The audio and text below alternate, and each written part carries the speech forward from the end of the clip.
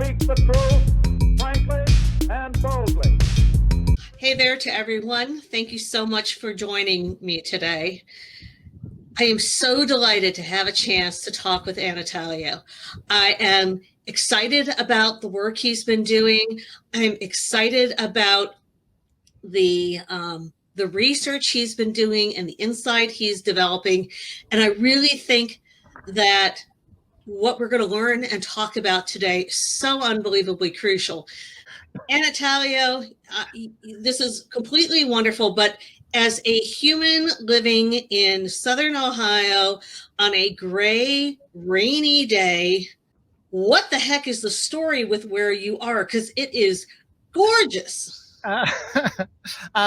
Looks may be a little bit deceiving. It is, in fairness, it is gorgeous.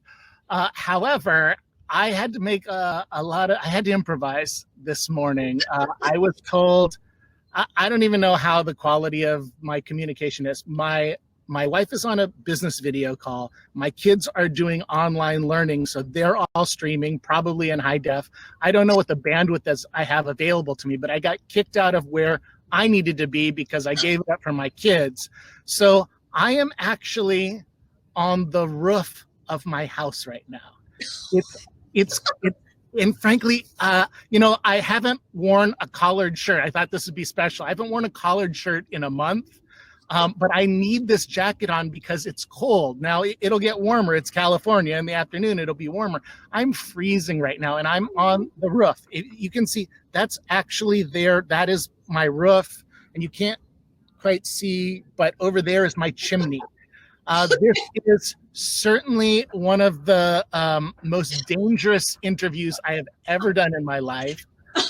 I'm literally on the edge. If I move my chair back even just a little bit, let me see if I move my chair back a little bit. No, please. No, just and scene. No, but I kid you not. I am inches away from this being my last interview. Please tell me that you're on something that's flat. Ish? I'll tell you if that's what you want me to tell you. All right. And I forgot one thing. Wait, just keep talking. I can hear you. Oh my God. So I set all of this up, and my son came out here and he said, "Dad, you're dumb." Which, in fairness, may be true. Anyway, we shouldn't talk about this. Is, I think, just all part of the new normal. So we improvise and we do the best we can with the current situation. Oh my gosh. All right. So off we go. Anatalio, you win the internet today. All right. That. I don't even know how to go on from that. Dad, he's never said, "Dad, you're dumb" before, though, right? Like he's never had to say that. Well, and my wife told me, please don't fall off the roof. So anyway, I'm on your wife's side this time. Let's talk economic development. So, we have had some great conversations over time. I've always incredibly loved your insight and your just your ability to kind of understand the undercurrents of what's going on. And I thought it would be great if we talked today, particularly starting with where we are now, because, we are where we are now, our, new normal, quote unquote. And as I've said on a few things lately, I really think that what we're encountering is an acceleration of trends that we've seen develop over the last many years. So we've known that business retention and expansion, and I have to be careful with that because I have a Freudian slip that we'll talk about later when it comes to saying that term. But when in the terminology, for those of you who are not economic developers, is BR&E. So when we say BR&E, that means the work that economic development people do to strengthen existing businesses, so retain existing businesses, and also to help them expand when the opportunity presents. So as we're looking at this acceleration, obviously, from talking to economic developers, and Anatalio, you talk to folks who work in economic development all over the country, and I believe at this point all over the world, you're seeing and hearing things. And I think it's important for us to think about there's a public health crisis. It's causing economic devastation. What do economic developers need to be thinking about and doing right now in this very moment? So, I mean, there's a variety of things that I think are really quite important in what we're hearing from economic developers. But I think that two that we have to pay particular attention to is, one, this issue of focusing on the most vulnerable communities or segments of our communities. And the second one is focusing on the existing businesses. So let me talk about each of those just a little bit. Mm-hmm. The first is, not everybody is getting impacted by this the same way. So one of the sayings that a lot of people say is, we're all in this together, right? And kind of we are, but we're experiencing this very different ways. Some people are at home and they're so wealthy, they're really more on vacation. And then there are people who are suffering. They're suffering economically. They live paycheck to paycheck. And by the way, that's a lot of people, not just in the United States, but the whole world. I think one of the last statistics I saw was that by end of April, so yesterday, half of people's savings are supposed to be completely exhausted. So what does that mean to have actually no money? So I think what economic developers and public policymakers need to think about is, how do we support these people who are absolutely on the edge right now? And this goes from the people who don't have health care, for the people who don't have the protections of having a job. Maybe they're gig workers or they're hourly workers. These are already the people who are most marginal and potentially most at risk. Yeah.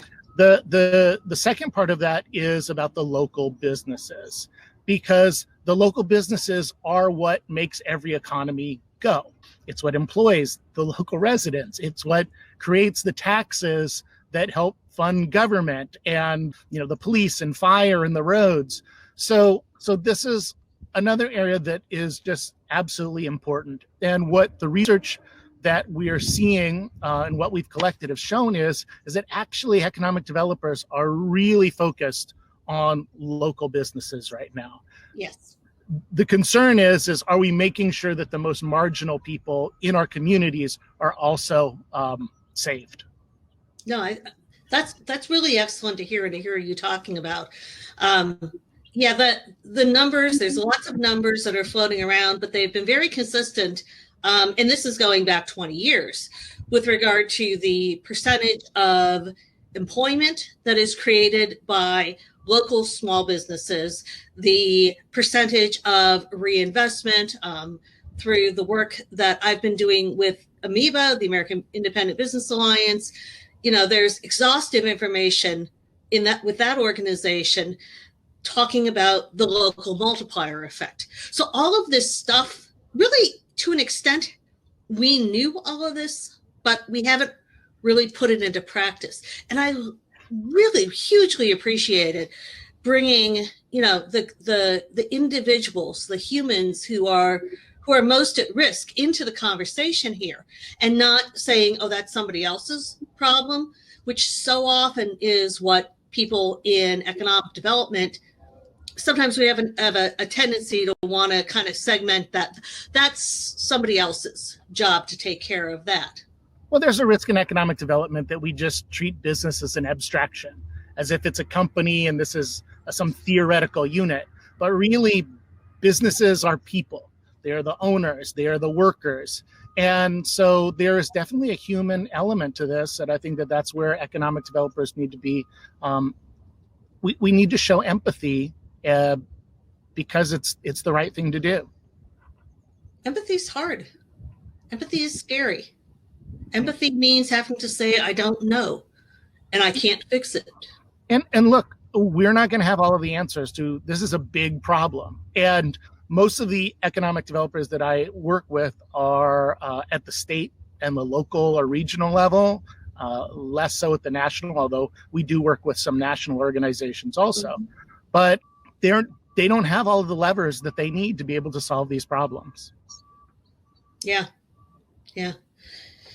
which makes it all the harder sometimes when we've come up in an expectation of, I'm supposed to say, I'm from the government, I'm here to help you. I'm from the agency, I'm here to help you. And when we have to say, I don't know, I think that's a very, very different environment.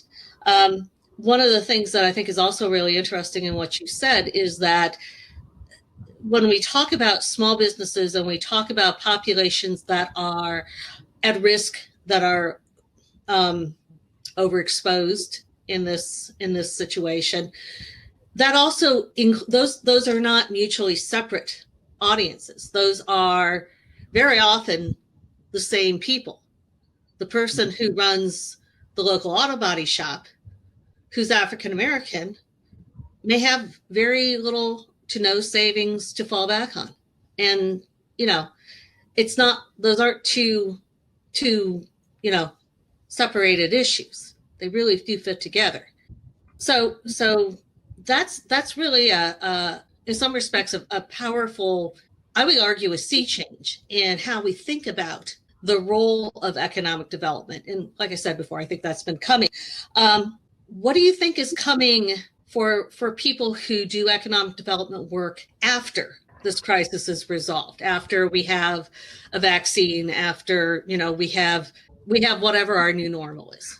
So some odd and very unintuitive things happen during recession. Like all the economists are saying we're going to have a recession if we're not already in a recession, just that the data isn't there to yet show it. The issue of creating jobs or jobs in general is going to be very, very difficult. And I think a big trend is going to be automation.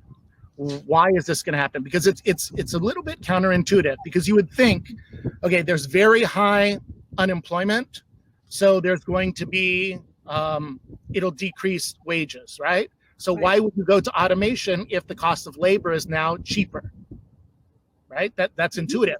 But what actually happens is that for the businesses, their revenue goes down so quickly that the relative cost of labor, right? Because they used to have this much, so it was a smaller portion. But if it decreases, the relative cost of labor is now much higher. So what does that mean? That means actually in economic bad times, businesses are going to double down. They're going to really focus in on automation. So, and the data shows this from the last 3 recessions.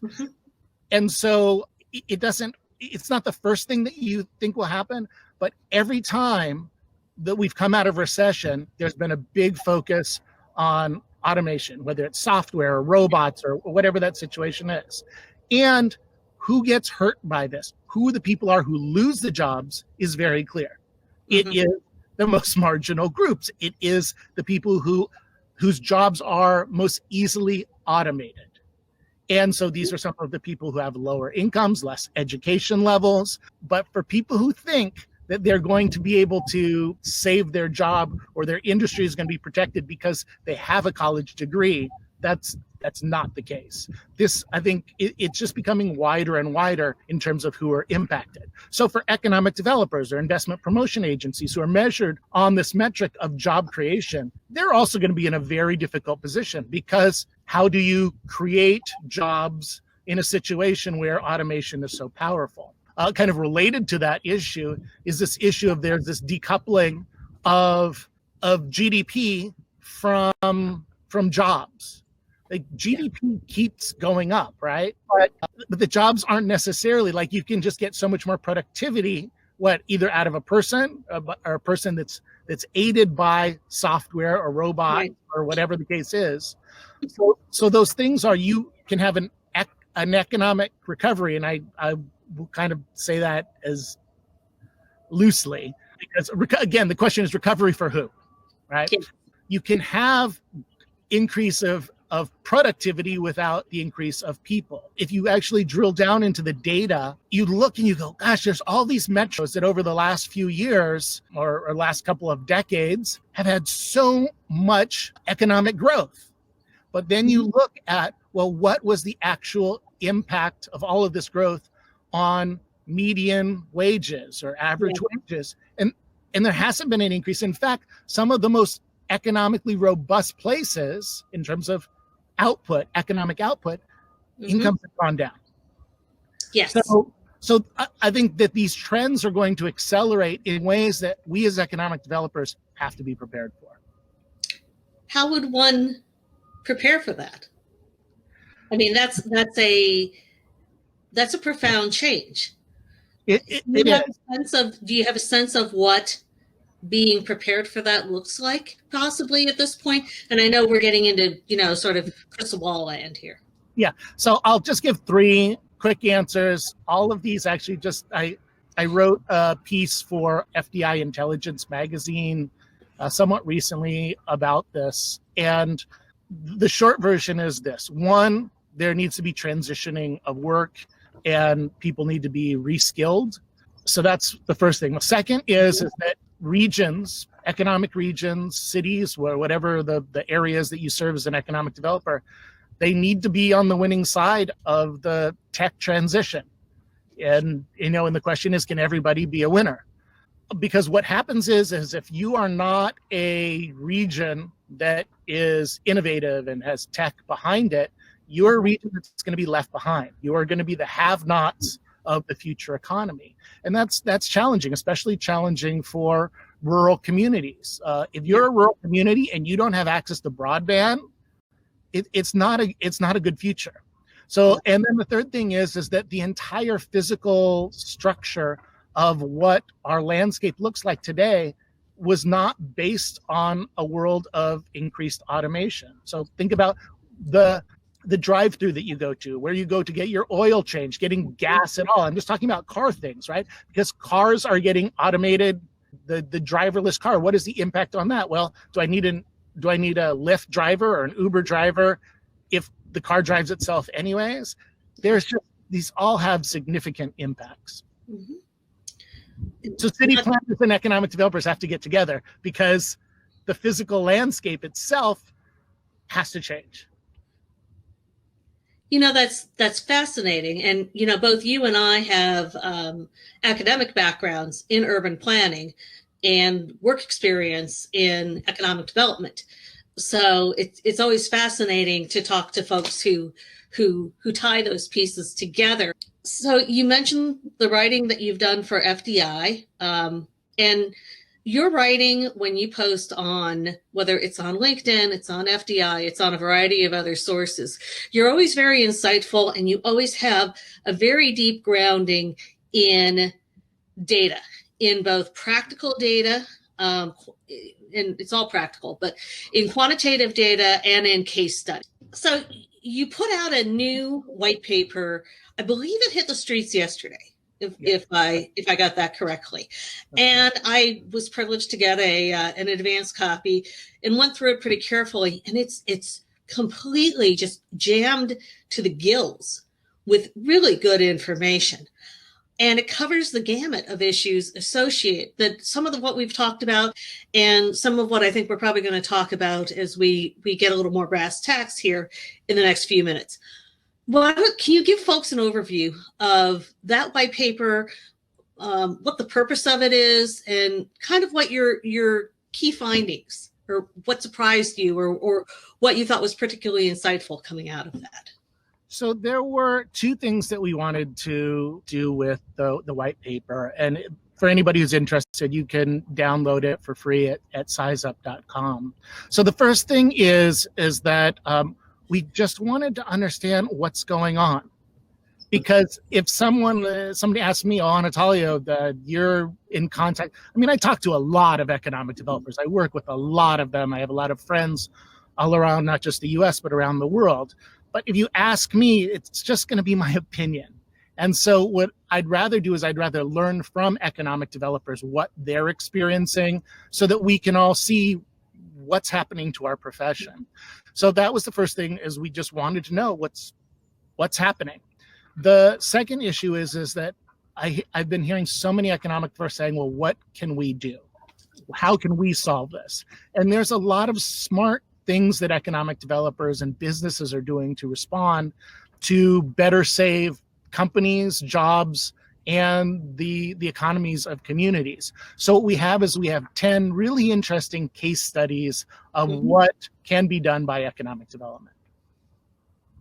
Yes.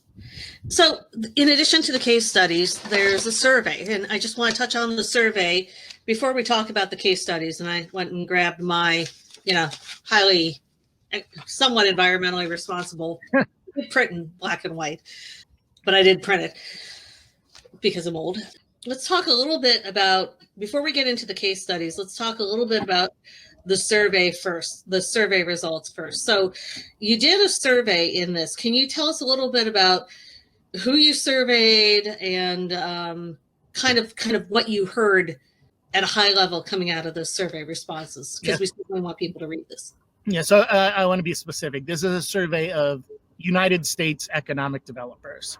So results may vary depending on what country you're in. This may be different in Canada, or if you're in Europe or Asia or Latin America, whatever the situation is. I'm speaking about data for the US. One of the biggest findings is there's been a massive pivot in economic development in terms of what focus is. And it's so big that everything else kind of doesn't even register. In terms of the highest priority, what economic developers said is most important to them now, 87% said assist local businesses. Yeah. Now, that is, I don't think that is, well, it's not that I don't think, that the data would show that wasn't in the past such a concentration for economic developers, right? Because how are we experiencing the crisis? We are experiencing the crisis at a very local level. And economic developers, the elected officials, the local businesses are our economy. I don't know any other way to say it. This is what drives all of the things that we want to happen in our communities. So that's the next most important thing at 4.3% is assist laid off workers. Okay. You said, wait a minute, you said 4.3? Yes. So basically you're talking about number one is 87% of the priority. And then the second most important thing is 4%, but it's still interesting because assist laid off workers, I would say, is probably something that 0% of economic developers did before this. And it's now the number two. So, but in fairness, it barely registers. Yeah. Wow. And it's interesting because the training, which you've done economic development training for IEDC, I've done it for IED, and you've done it for like a zillion organizations, but I've done it for a few as well. And the language has always been business retention and expansion is very important, and it's very important, and it's very important. And we need to be doing it, and, et cetera, et cetera, et cetera.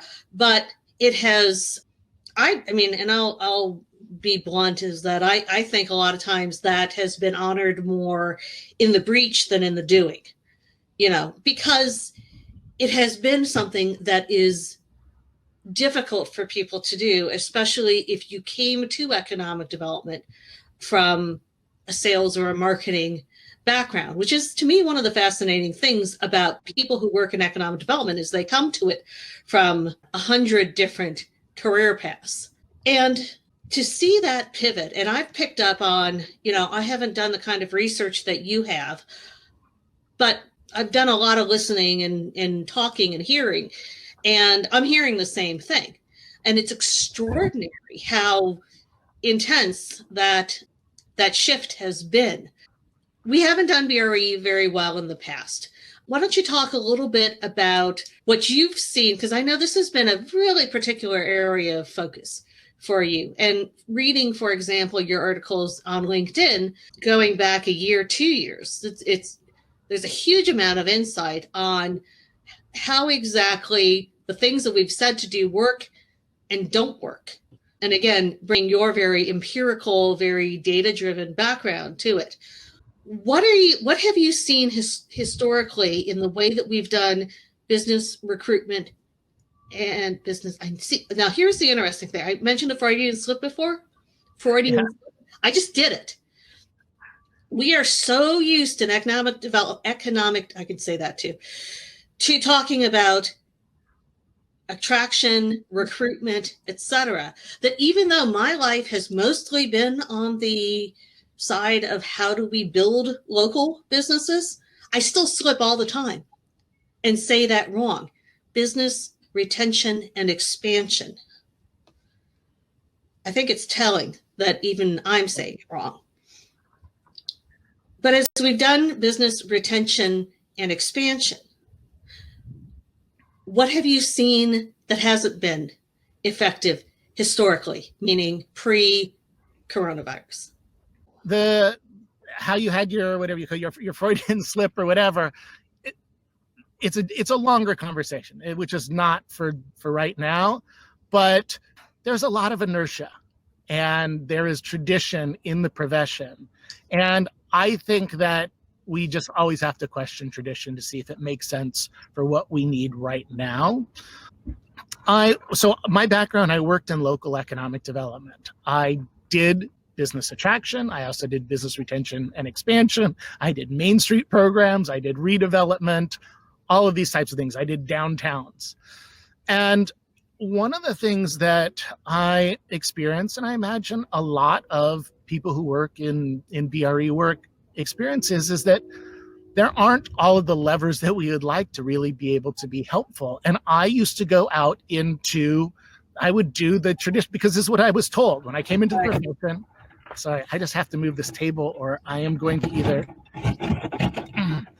I know there's a risk. There's but always a risk. I just don't want to be a witness. If I move forward, that I at least avoid skin cancer. So I'd go out on my BR&E surveys, because that's what we were told. You're new to the profession. What business retention and expansion is you do a survey. You meet with these businesses. But it was the case, you brought this up. It's hi, I'm the government. I'm here to help. And what could we actually do to help? Because some of these businesses, certainly businesses today, they're having problems making payroll. You think they're really going to have that conversation, not just now, but anytime with somebody from the government? They're probably not going to have that conversation with a business colleague, or maybe not even their spouse or whatever the case is. So those types of problems, like, we're not that well equipped to solve. Now, if you need a curb cut or you need some type of change of zoning so that it's a retail space, but you want to move it into services, absolutely. Those are things that we can do well. But coming out of so many of those interviews, there were a lot of things that we couldn't do. And here's another problem is that sometimes people associate business retention and expansion with small business. And I'm not sure that is correct, because most of us in economic development, we're in organizations that are short-staffed. I've served communities of 7,000 people. I've served communities near 1 million people. I've been in ones of around 100,000. And guess what? It seems like the staff size is always the same. It's too few people. So what do economic developers do? Well, what we do is we say, okay, if we have limited time, who are we going to serve? Guess who that is? That is going to be the biggest employers. That is going to be the fastest growing businesses. Mm-hmm. So it's not the economic developer's fault. It is just an issue of being practical, which is you have limited time. So who gets the attention? It's the biggest businesses in town. So BR&E almost built into a model in which it requires human beings to go out and meet and solve problems, have to abandon the vast majority of all businesses in your community. So that's a problem. By default. Yeah. And it's no one's fault. It's just that a human-driven, a labor-driven model is difficult to reach a lot of people. Now, I think there's been some really interesting innovations that have happened. Alison Larson talked about some of them. There's some great work being done in British Columbia. There's things like industry roundtables and people getting together and helping businesses solve their own problems. Because no matter how good we are as economic developers, we simply can't know every industry. We have to have a high level of competence in the ones that we're specializing in, but these people know their problems better than we ever will. It seems like there's a movement now away from the survey. There, Mhm. one of the headlines that came out of a conference I recently attended was the Business Retention and Expansion survey must die, which, okay, got it. But I mean, another question is, who is that survey for? Mhm. Oftentimes it's for us, the economic developer, more than it is for helping the business. And I think we need to be focused on the business. There's also whatever is old becomes new again. So the business walk has become popular. So elected officials and staff, they go out in mass into commercial corridors and go and physically meet with all those businesses. But guess when that doesn't work? So When you have to do, yes, when yeah, we know when that is. Go ahead. So if you're in lockdown or you're having you need physical distance, people don't want you to come visit them, right? Mhm. So the whole idea of helping businesses by spending personal time with them, face-to-face time, like, no thank you. Everybody is saying no thank you right now. Yeah. So all of these things are the trends. I see some innovation happening, but there's still inertia in this, and it's because so it's a longer conversation, but a lot of the education about how to do economic development is incredibly outdated. A lot of education in economic development really should be called the history of economic development and not the present of economic development. I like that. Amen. And that would be an interesting conversation for another day. Yeah. But you've actually had a role in helping to build the future of economic development, what I really think needs to be the future of economic development. And it's the reason why I think it fills that role is for one of several reasons, is that it changes that dynamic from, I'm from the government, I'm here to help you, I can't really do all that much, and I want you to spend your time telling me stuff so that I can go back and do my job, which is kind of been a big piece of what's been happening previously. And what I love, and I've been a huge SizeUp fan for since it came out, I think. I've actually used it for corridor marketing studies and sort of business retention strategies and a lot of these kind of things. And what I love about it is that it is granular data to that small business size that, even if you doubled your staff, you couldn't reach, that we now realize more than ever how important they are. And it gives them something that they can very practically use, they meaning the business owners. So you're not just taking and hoping that you can do something, but you're actually giving them something of value. So I want to make sure that we describe SizeUp. I will have links to SizeUp in the materials, but I really want to spend the time we have remaining getting deep into, or as deep as we can, into how SizeUp helps to address many of the challenges that we've just talked about. So SizeUp comes actually from some of the learnings that I had when I was doing local economic development and going out and meeting with businesses and doing BR&E interviews.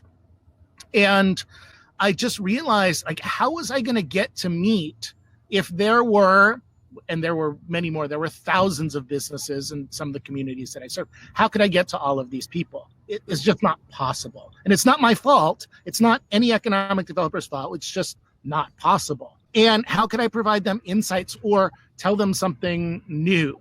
It was an idea that I sat on for a long time, and I had a very nice distraction, which is along the way, I invented another company. I started a company, which I grew, and which now the software with JS planning is, the software is everywhere. But then a special moment happened, which is when cloud computing happened.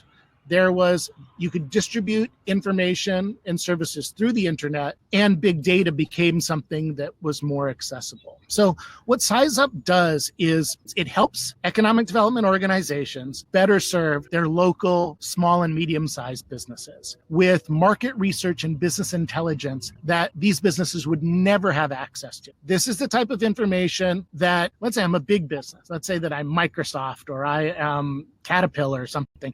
I'm going to go hire KPMG or Deloitte or McKinsey or somebody like that to do research for me. But if I'm in a small business, even if they had access to the raw data to make smarter decisions, how would they make sense of it? Well, what SizeUp does is it is both industry specific and hyper local, so that whatever type of business you are, pretty much, if you're any normal type of business, and wherever you are in the country, you can get information and insights about your business. So what we're trying to do is, in an automated way, using algorithms and big data and distributing it through the internet, is give insights to businesses to tell them things they don't even know about their own business.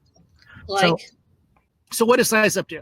There are some specific tools of SizeUp. The first is it provides market and research about a specific industry. So how is my business doing? So benchmarking my performance. Now, would businesses like to know how they perform versus, so if I'm the local architecture firm, would I like to know how I'm performing versus others? That's important. I'd just like to know. Am I bigger? Am I smaller? Am I in an industry that is growing, or am I in an industry that's declining? Because I would make different decisions about the future if I am in an industry that I don't even know is declining. Mm-hmm. I still want to be able to make those decisions. Or am I paying my employees a competitive wage? Or am I overpaying? All of these types of things are answers that they can get in SizeUp. Another thing that they can do is they can go in and they can use our tools to find new customers, find suppliers. If they find them locally, well, that's great for economic development because of the economic multipliers of doing business and keeping the dollars in the region. Also, they can optimize their advertising, the businesses can, because small businesses, many businesses know that they need to do marketing and advertising, but they don't know how to do it. But in today's world, if you're doing mass market advertising, it doesn't work. We're not in an era of there's just ABC, CBS, and NBC, and then you can reach everybody. Things are much more targeted. So we give the tools so they can say, in my industry, let's say that I'm a dentist, and I want to figure out what are the most underserved markets in my community so I can target them exactly. Well, this is a process which now they can access this information in a matter of minutes. Absolutely. And what they and if we didn't have you, in a precarious situation, we might do a live demo. Maybe we can do that another day. Because I think people, once they get their hands on it and they really use it, then you say, oh my God, how did I do it before this?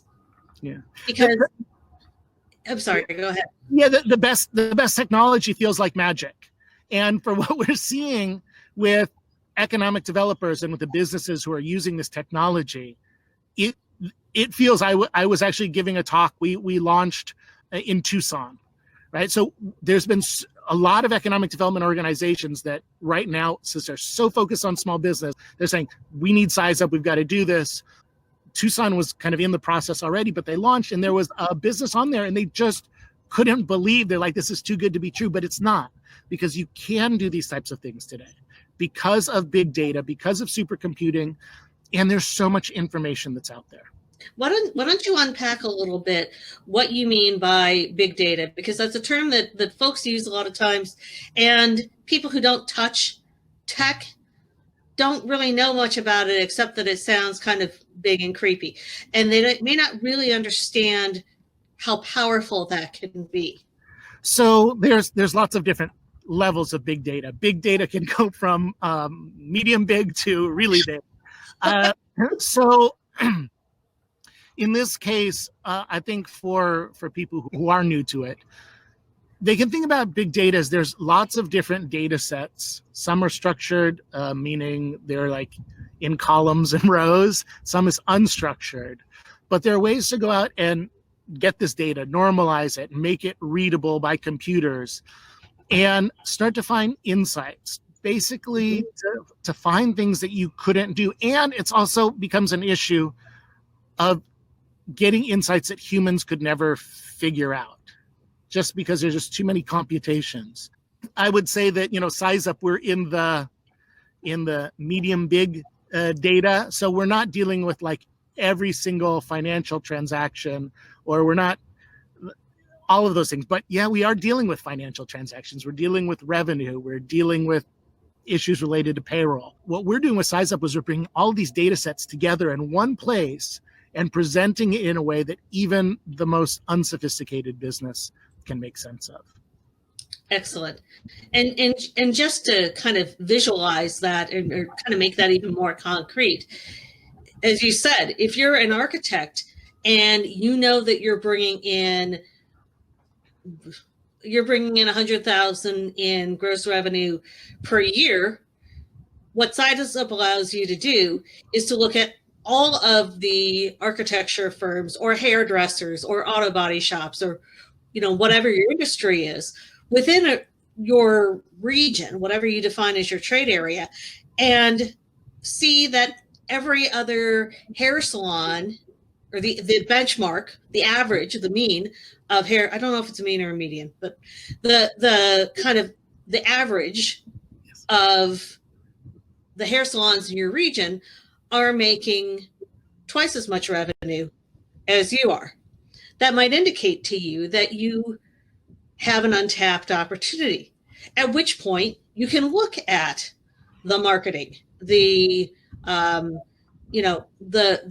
demographics of the area, and start asking yourself more intelligent questions about that can guide you to more intelligent action.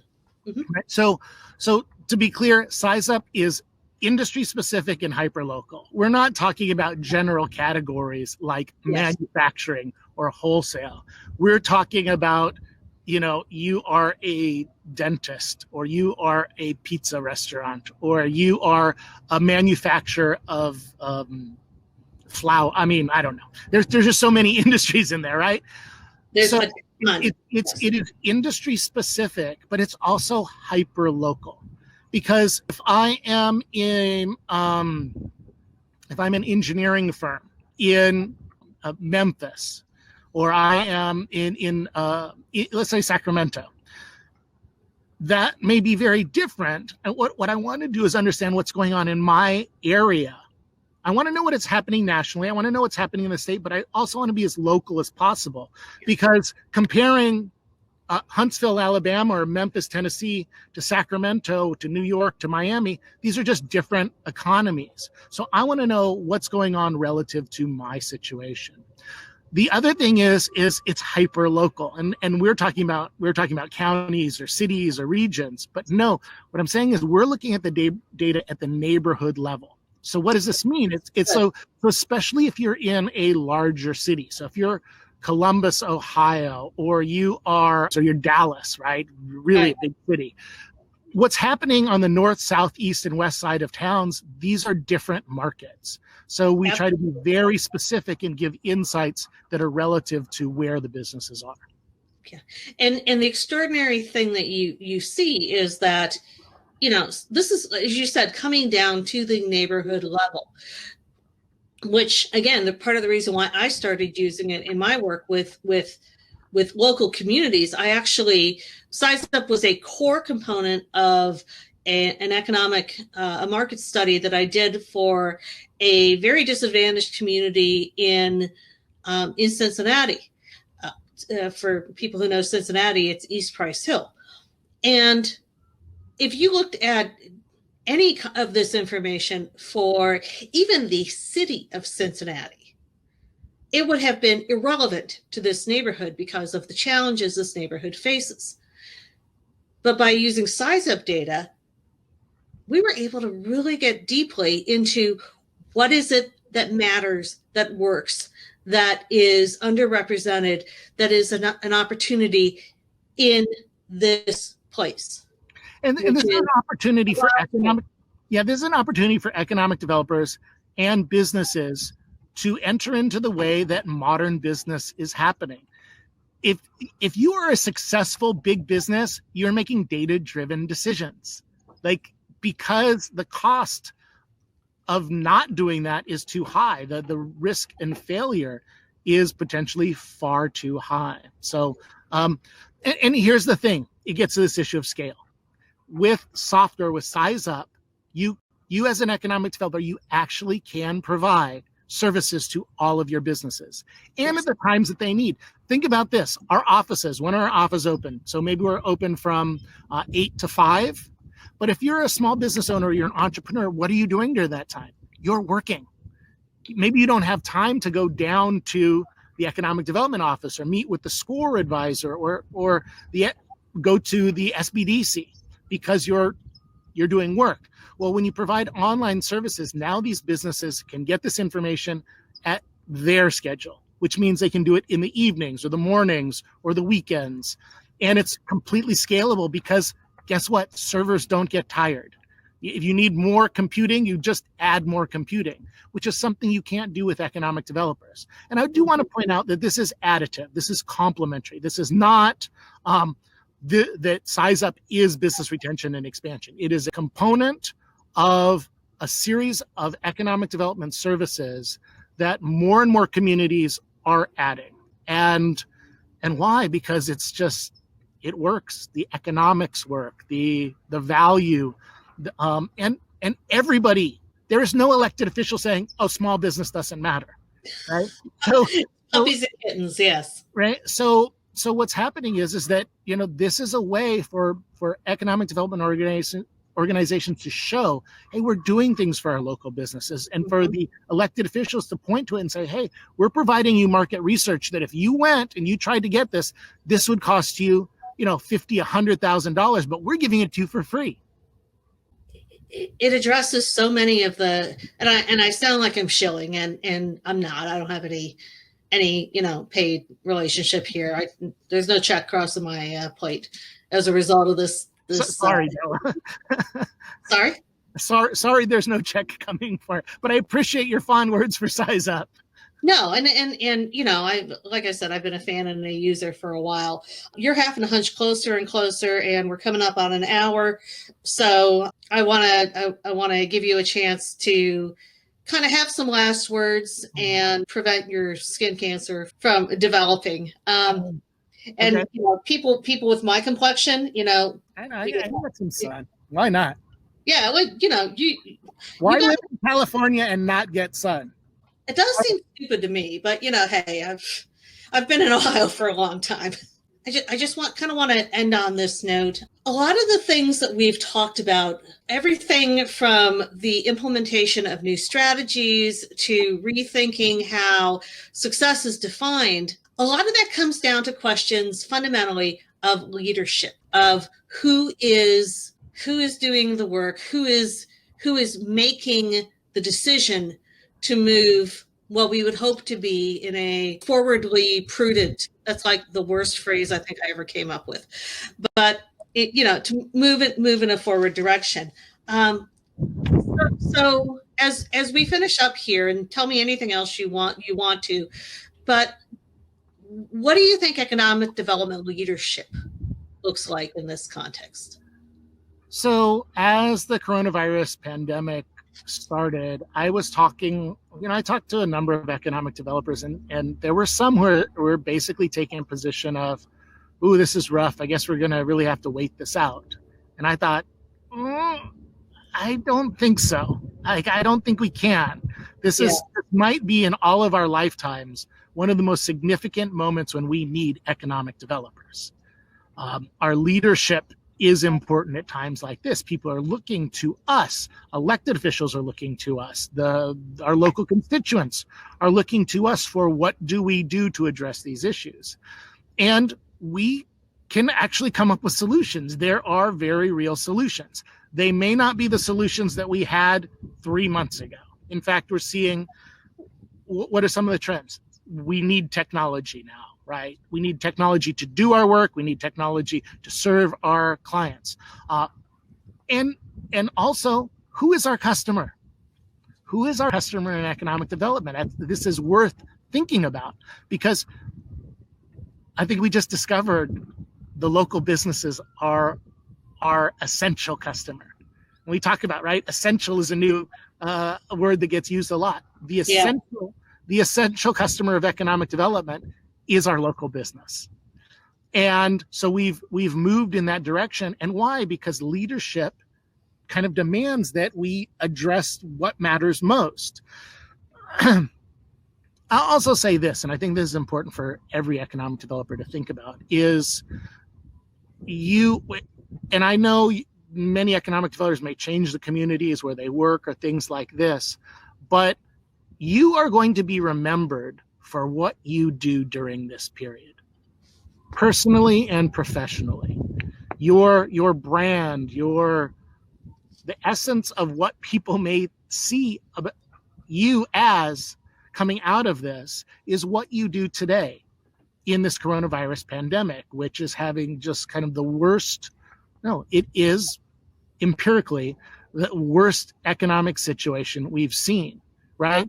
When we were writing, I wrote another white paper that's available on our website at SizeUp.com, and I was saying, well, geez, unemployment could get up to 10%. Like right now, we wish it was only at 10%. Mm-hmm. So this is just such a critical moment, and we as economic developers will be remembered by what we do. So we can't sit this out. There's no like, okay, we'll be on the sideline for this. No, we need to be on the front line of addressing these issues to help our communities survive. These businesses, these workers, like, this is real stuff, and we need to be part of the solution to help. So I think leadership and commitment to doing the right thing is really going to matter. All right. There's no words to add after that. We definitely want you to get down off of that roof safely. It has given you a glorious background, much better than my ground walls. And I'm so grateful for the time that you've been willing to spend with us. You always have the best insight. I try to, I'm just trying to share some of the things that I'm seeing. And also, I just think that we as a profession, we've got to push ourselves. We've got to be better. We've got to start doing new things. We've got to start trying new things. So one thing that I guess if I have a closing thought, it's that some of my friends try to help me with changing behaviors, like let's all exercise together. Let's change the food that we're eating, things like that. And apparently it takes 21 days to change a habit. Well, we've been in this shelter in place, lockdown, work from home situation for over 21 days now. And that's a lot of economic developers that are in that situation. Mm-hmm. So what are the habits that we're going to change? What are the habits we've already created that there's no going back on? Actually, if you look at the white paper that we talked about, the national research, and again, for everybody, it's free. You can download it at SizeUp.com. Yep. One of the things that economic developers are realizing is there's a good chunk that are more efficient right now than they were before.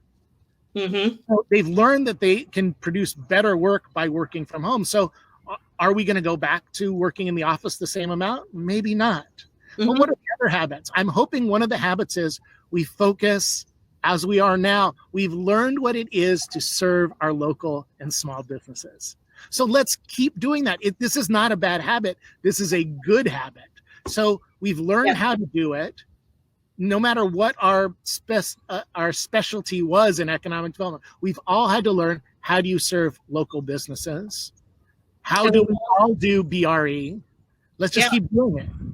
And we've all learned just how crucial that is, and that piece of the work is, to being a good economic developer, being an effective economic developer, and having an effective community. I love what you said a little bit ago, that you will be remembered for what you do now and in the coming months and years. And also what you don't do, right? Mm-hmm. So, and I think the things that we need to do is we need to reinvent. I mean, the economy is getting reinvented. If economic development doesn't reinvent with it, then we start being not relevant. Yes. And I think that economic development is a good profession and that there's great things that we can do, but not if we keep doing essentially 1930s economic development. There's a lot of that going on. Again, I know it's a different conversation, but we need to change. And I've seen a lot of economic developers do things that they never even thought that they would do before. I think that's a reason that my phone is ringing and my inbox is getting more filled up, is because people are realizing they need technology, they need to support local businesses. What are the tools that are out there to do it? And so they like SizeUp. That's great. I'm happy. We're one of the tools that I think economic developers need to do, and we're one of the programs. So, but I think we need to move also from being, here's another change that I think is happening, is we're moving from being tactical to being more strategic. So we started being very short term, which is, what is short term? Short term is I get some jobs, I get some capital improvement, like capital investment. And now we're thinking more in terms of equity, sustainability, lifelong learning, entrepreneurship. So economic development is experiencing change. And I'll tie this back to what we said is, but change happens through leadership. And somebody's got to lead forward. If you are just following the trends in economic development, your community is disadvantaged, right? You actually have to be comfortable taking risks. Failure's okay, right? Like try to fail fast, fail forward. But we need to do different things in economic development today. And that requires leadership. And that's never easy, but that can be a conversation for another day. Go forward and do things that are not easy. I think that's gospel truth at the point. Thank you. Thank you again. You're welcome. All right. And we're going to turn this off before you attempt to get down. This is what my dad's meetings have to be like now. The coronavirus outbreak right now. Looks kind of dumb, but this is what he has to deal with. Nor need we shrink from honestly facing conditions in our country today